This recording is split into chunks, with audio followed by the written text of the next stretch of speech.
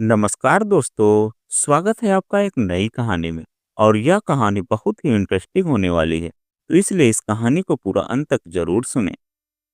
गौरा देवी ने बहू के घूमने फिरने पर कभी भी पाबंदी नहीं लगाई थी। जब जैसा प्रोग्राम बनता, वे खुशी मन से बहू को इजाजत देती। सास का हिटलरीपन कैसा होता, ये रितिका ने अब तक नहीं जाना। एक दिन बेटे के कमरे से एक तीखी आवाज आई, तुम्हारा किसी मान काम में जी नहीं लगता। कमीज पर प्रेस नहीं, कमीज का बटन हफ्ते भर से टूटा पड़ा है। रुमाल ढूंढो तो मिलता नहीं, घर की हालत अस्त व्यस्त है। आखिर तुम सारा दिन करती क्या हो? घर का काम करने में मन नहीं लगता तो दहेज में दो चार नौकर ही लाई होती। गौरी देवी बेटे की ऊंची आवाज से अचंभित थी। ये अनुपम को क्या हो गया है? तेज बोलने की तो उसकी आदत नहीं। आज किस बात पर वह बहू से नाराज है? गुस्सा आए अभी तो उसे धीमी आवाज में समझाया जा सकता था। शादी के मात्र 5 महीने ही गुजरे हैं और बेटे बहू में तनाव पैदा हो गया। आज वर्षों गुजर गए, अनुपम के पिता ने कभी इतनी ऊंची आवाज नहीं निकाली थी। बेटा हूबहू अपने बाप पर गया है, पर बहू के ऊपर छल्लाने का मतलब? कुछ दिन पहले अनुपम के पिता ने बेटे को गरजते हुए सुना था। उस दिन गौरी देवी बाजार गई थी। पति की बात सुनकर गौरी देवी को विश्वास नहीं हुआ था।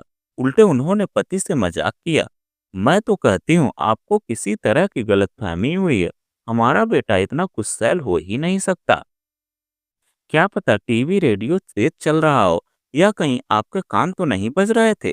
गौरी देवी के पति रामेश्वर जी खिसियाए स्वर में कह उठे, अच्छा बेटे की शादी करते ही मैं बूढ़ा हो गया? मैंने स्पष्ट आवाज सुनी थी और तुम कहती हो कान बज रहे होंगे। अरे भगवान, मैं तो कहता हूँ जाकर बहू से ही पूछ लो, आखिर लाडले साहब किस बात पर खफा हो रहे थे। गौरी देवी ने इस बात को ज्यादा तूल न दिया। कोई ऐसी बात होती तो बहू अवश्य कहती। अब ना हक उन बातों को छेड़कर क्या फायदा जिससे मन को ठेस पहुंचे। इस पति पत्नी में लड़ाई नहीं होती, ऐसी छोटी मोटी झड़पें तो वैवाहिक जीवन का स्वाद बढ़ाने में अचार चटनी का काम करती है। धड़धड़ाते हुए वह बेटे के कमरे में चली गई। बहू रितिका पलंग पर बैठी सुबक रही थी। बेटा जूते का फीता बांध रहा था। वे बेटे के पास गई, सिर सहलाते हुए बड़े प्यार से पूछा, क्या बात है बेटा? ऑफिस में किसी से झड़प तो नहीं हो गई जो तू यहाँ गुस्सा निकाल रहा है? बहू किस बात पर आखिर रो रही है? कौन सी ऐसी गलती हो गई? उतनी देर में अनुपम कमरे से बाहर निकलने के लिए दरवाजे तक पहुंच गया था। माँ, शादी आखिर किस लिए होती है? पति पत्नी पति की देखभाल करे। रोजाना मेरे कितने काम करना भूल जाती है और मुझे ऑफिस जाने में लेट हो जाती है। काम धाम में अगर जी नहीं लगता तो इससे कहो जाकर अपने मायके बैठ जाए। मेरा काम शादी के पहले ठीक ठाक नहीं चलता था, जो अब किसी की खुशामद करनी पड़े। अरे बेटा, नाश्ता तो करता जा, ऑफिस भूखे पेट जाएगा। ये बच्चों जैसी तूने पिताजी कहाँ से सीखी? अनाज की तौहीन ठीक नहीं बेटा। अनुपम तब तक बाहर निकल चुका था। वे मुड़ी बहू से पूछताछ की। रितिका सुबकते हुए कह उठी, माँ जी, न जाने क्यों वे मुझसे उखड़े उखड़े रहते हैं। उनका काम से समय से ही करती हूँ, फिर वे मीन मेक निकालते रहते हैं। मुझे मायके भेज दें, जब कभी उन्हें मेरी कमी महसूस होगी मुझे लिवा लाएंगे। पिछले 1 महीनों से मैं घुट रही हूँ, किससे अपने मन की बात कहूँ समझ नहीं पाती। जब अपना पति बेगाना हो जाए तो सारी दुनिया पराई लगती है। कृपया आप मुझे यहाँ से जाने की इजाज़त दे दे। मायके में भले आपके बेटे का संग साथ न मिले, बाकी सारी खुशियाँ मुझे नसीब होंगी। मैं चाहती हूँ एक स्वस्थ माहौल में स्वस्थ बच्चे को जन्म दूँ। वहाँ किसी बात की तकलीफ नहीं होगी। इतना कहते कहते बहू फिर रोने लगी। गौरी देवी का मन पूरी तरह आहत हो उठा। उन्होंने बहू को सांत्वना देते हुए कहा, तुम चिंता ना करो, हो सकता है ऑफिस में कोई गंभीर समस्या हुई होगी जिससे अनुपम परेशान है। थोड़ा धैर्य और संयम रखो बहू। सास की ममतामयी बात सुनकर रितिका को अपार तसल्ली मिली। आंखों में पुनः आंसू झिलमिला उठे। गौरी देवी ने स्नेह विलगित स्वर में बहू को अपने साथ आने के लिए कहा। दोनों किचन की तरफ बढ़ गई। शाम को जब अनुपम ऑफिस से घर आया, गौरी देवी ने कुछ कहना चाहा पर चुप्पी साध गई। थका हारा लौटा है, तुरंत पूछताछ ठीक नहीं। चाहे नाश्ता कर जरा आराम कर ले, फिर मन टटोल लूंगी। क्या पता ऑफिस का झंझट खत्म होने से बेटे का मूड अपने आप ही ठीक हो जाए। परंतु उनका सोचना गलत निकला। अनुपम किसी गहरे तनाव में घिरा है, ये स्पष्ट परिलक्षित हो रहा था। गौरी देवी ने रामेश्वर जी की तरफ देखा। पति ने इशारे में चुप रहने को कहा। बहू के सामने वो किसी तरह का कोई अनचाहा प्रश्न नहीं करना चाहते थे। बहू देखने सुनने में सुंदर, स्मार्ट, पढ़ी लिखी, आधुनिक, अच्छे खानदान से ताल्लुक रखती है। छोटी छोटी बातों पर उन्हें अनुपम का नाराज होना कतई पसंद नहीं आ रहा था। बहू का दोष उन्हें नहीं दिखाई दे रहा था। वे बार बार अनुपम को ही कसूरवार ठहरा रहे थे। रात खाने के टेबल पर माहौल को हल्का फुल्का बनाने के लिए रामेश्वर जी ने कुछ चुटकुल्ले सुनाए। पुरानी बातों का पिटारा खुला, हंसी मजाक भी हुआ। पर बेटा बहू जबरदस्ती मुस्कुरा रहे हैं, छिपा न था। हफ्ता 10 दिन निकल गया। अनुपम भले माँ बाप का लिहाज कर शांत हो गया था, पर उसके चेहरे से पल सुलभ हंसी छिन गई थी। यंत्रवत कार्य करता रहा वह। पहले खाने की टेबल पर जहां तहां की बातें सुनाता था, अब चेहरे पर मुर्दनी छाई मिलती। गौरी देवी समझ गई, दाल में कुछ काला है। वरना जो बेटा बहू के साथ इतना घूमता फिरता, झांकता रहता था, अब इतनी मायूसी कैसी। जबकि उसे अच्छी तरह से पता है बहू गर्भवती है। प्रथम बार माँ बाप बनने का चाव किस दंपत्ति को नहीं होता। ऐसे वक्त तो इच्छा होती है बस हाथों में हाथ डाले भविष्य का ताना बाना बुना जाए। आने वाले मेहमान के बारे में बातें करते रहे, बच्चों के नाम सुझाए जाएं। इन सब मधुर कल्पनाओं से परे अनुपम किस चिंता फिक्र में डूबा बैठा है। मन ही मन गौरी देवी कांप उठे। जिस बात को उन्होंने अब तक हल्के मन से सोचा था, अब वह उसी बात की गंभीरता समझते हुए तह में जाने के लिए छटपटा उठी। आज रात खुलकर पूछना ही होगा। बहू को अनुपम ने भी देखा सुना था। बेहद पसंद आई थी रितिका। दान दहेज की मांग न होने के बावजूद भी काफी सम्मान मिला था। 30 त्योहार और फल मिठाइयों का टोकरा पहुंचा दिया जाता। गौरी देवी तो समधी साहब के सामने हाथ जोड़ लेती। हम सिर्फ 4 प्राणी हैं घर में, इतनी चीजें कैसे खा पाएंगे, बर्बाद हो जाएंगे। परंतु वे हंसते हुए जवाब देते, आपको जितना खाना है रखिए, बाकी मोहल्ले में बंटवा दीजिए।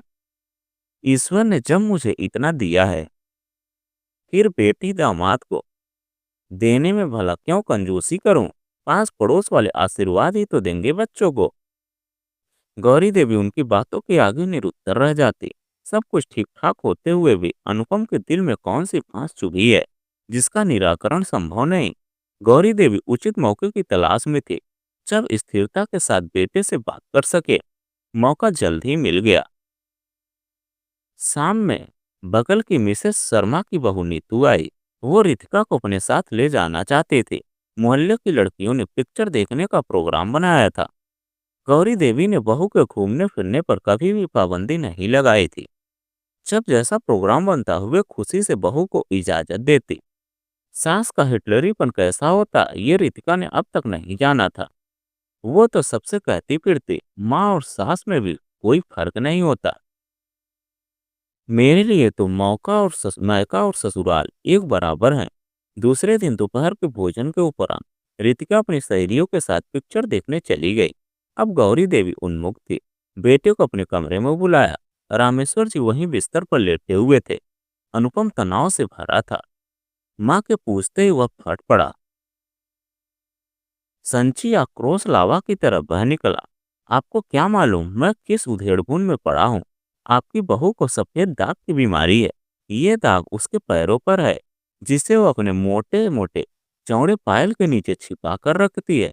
मैंने उसे कितनी बार मना किया, ये रुनझुन की आवाज हर वक्त अच्छी नहीं लगती। इसे बीच बीच में खोल दिया करो, या फिर बिना घुंघरुओं वाली हल्की सी पायल पहन लो। पर वो मेरी बात अनसुनी कर देती थी। मैं सोचता रितिका मेरी इस छोटी सी बात को क्यों मान नहीं लेती। ये क्या पता हल्की पायल उसके पास न हो। मैंने नई खरीद लेने की सलाह दी, पर उसने जवाब दिया, 2-3 जोड़ी पायल नई रखी है, कभी पहन लेगी।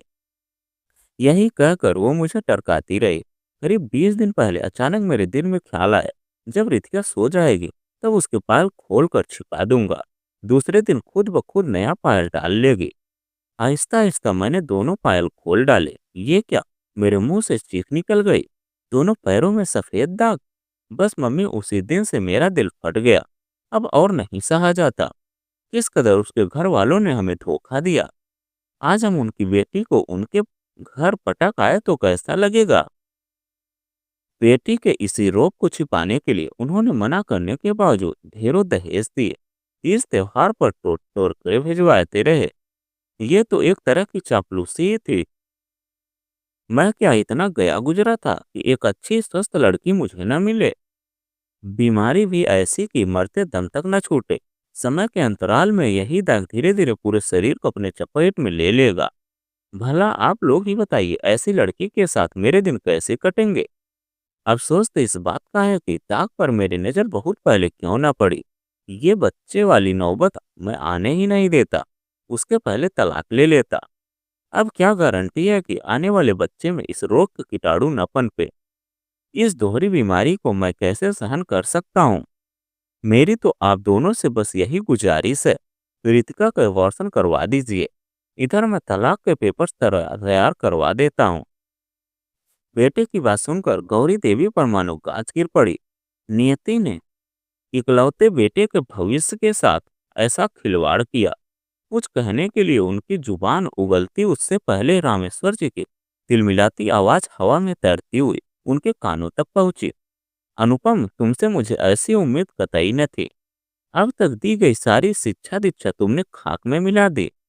इतने दिनों का स्नेह बंधन झटके में तोड़ डाला। सफेद दाग कोई छूत की बीमारी तो नहीं कि तुम्हें हमें लग जाएगी। ऐसे दानवी विचार तुम्हारे मन में आए कैसे। अगर ये बीमारी तुम्हें, हमें या गौरी को हो जाए तो क्या हमें एक दूसरे का त्याग करना होगा। एक से एक खतरनाक बीमारी को लेकर बच्चे पैदा होते हैं तो क्या माँ बाप उसका गला घोट देते हैं या सड़क पर भीख मांगने के लिए छोड़ देते हैं। रामेश्वर जी लगातार अपनी रौ में कहते जा रहे थे, बेटे क्या अपनी बुआ को भूल गए। हम तीन भाइयों के बीच बड़े नाजों से पली। घर भर की दुलारी अमृता को भी यही बीमारी थी। शादी के वक्त इस बात को छिपाया गया था। सफेदी पैरों से ही आरंभ हुई थी। शादी के वक्त मोजे पहनाकर उसकी विदाई की गई थी। जाड़े का मौसम था सो निपट गया। फिर भी 12 महीने तो ठंड नहीं पड़ती। भाग्य भरोसे अमृता दीदी को हमने मझधार में छोड़ दिया। इस ऐप को छिपाने के लिए उस जमाने में पिताजी ने हजारों रुपए खर्च किए थे। ससुराल का घर भर दिया था। आज से 40-50 साल पहले की ये घटना है। जमाना तरह तरह के अंधविश्वासों और रूढ़वादियों में फंसा था। रामेश्वर जी थोड़ी देर के लिए रुके और फिर कहना शुरू किया, धड़कते दिल से 3 दिन बाद मैं कलेवा की भरपूर सामग्री के लिए दीदी के ससुराल पहुंचा था। रास्ते भर बेचैनी लगी रही। न जाने कितनी लानत मतालन मुझे भी देखने सुनने को मिले। रोती दीदी को मैं कैसे संभाल पाऊंगा। सच कहूं तो मेरा कलेवा लेकर जाने का जरा भी इच्छा नहीं थी, पर अन्य दो भाइयों ने बहाने बनाकर कन्नी काट ली। जरूरी रस्म थी, किसी न किसी को तो जाना ही था। अंत में मुझे ही मजबूरी में तैयार होना पड़ा। नाना प्रकार की चिंता फिक्र में डूबा मैं दीदी के ससुराल की देहरी तक जा पहुंचा। आशंकित नजरों से चारों तरफ देखता हुआ मैं आगे बढ़ा। तब तक बहू का भाई कलेवा लेकर आया है कि शोर होने लगी। दीदी सामने के कमरे से निकली और मुझे अपनी बाहों में भर लिया। उत्फुल्ल दीदी का चेहरा खिले गुलाब की मानिंद चमक रहा था। कहीं कोई दुख की क्षीण रेखा तक परिलक्षित नहीं हो रही थी। मेरी छाती जुड़ा गई। दिल पर मानो बोझ लेकर घर से जो चला था वो क्षण भर में हल्का हो गया था। एक रात वहां रहकर मैं दूसरे दिन दीदी को लेकर वापस आ गया।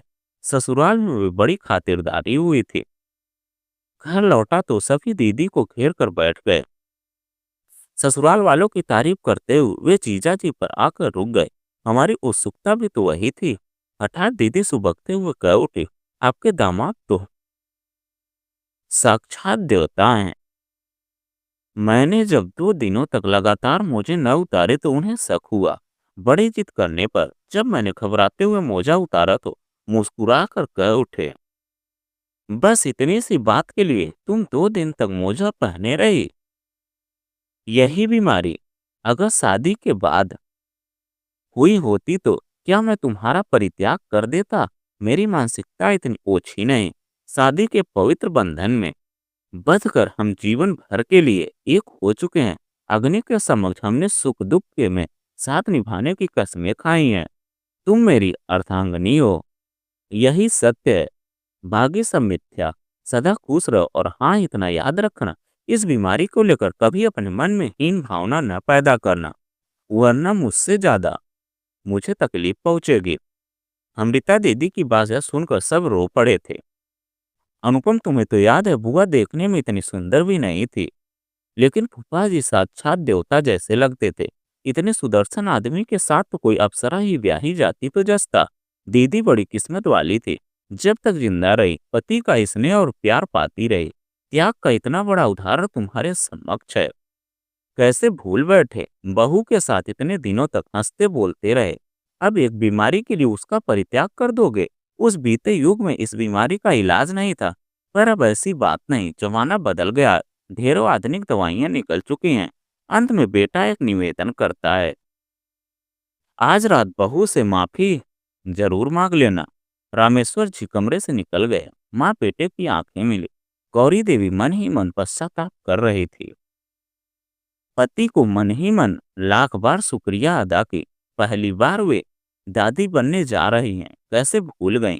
अनुपम कहाँ सहलाते हुए कह उठी, हमारी परवरिश में कहाँ खोट रह गई थी बेटे।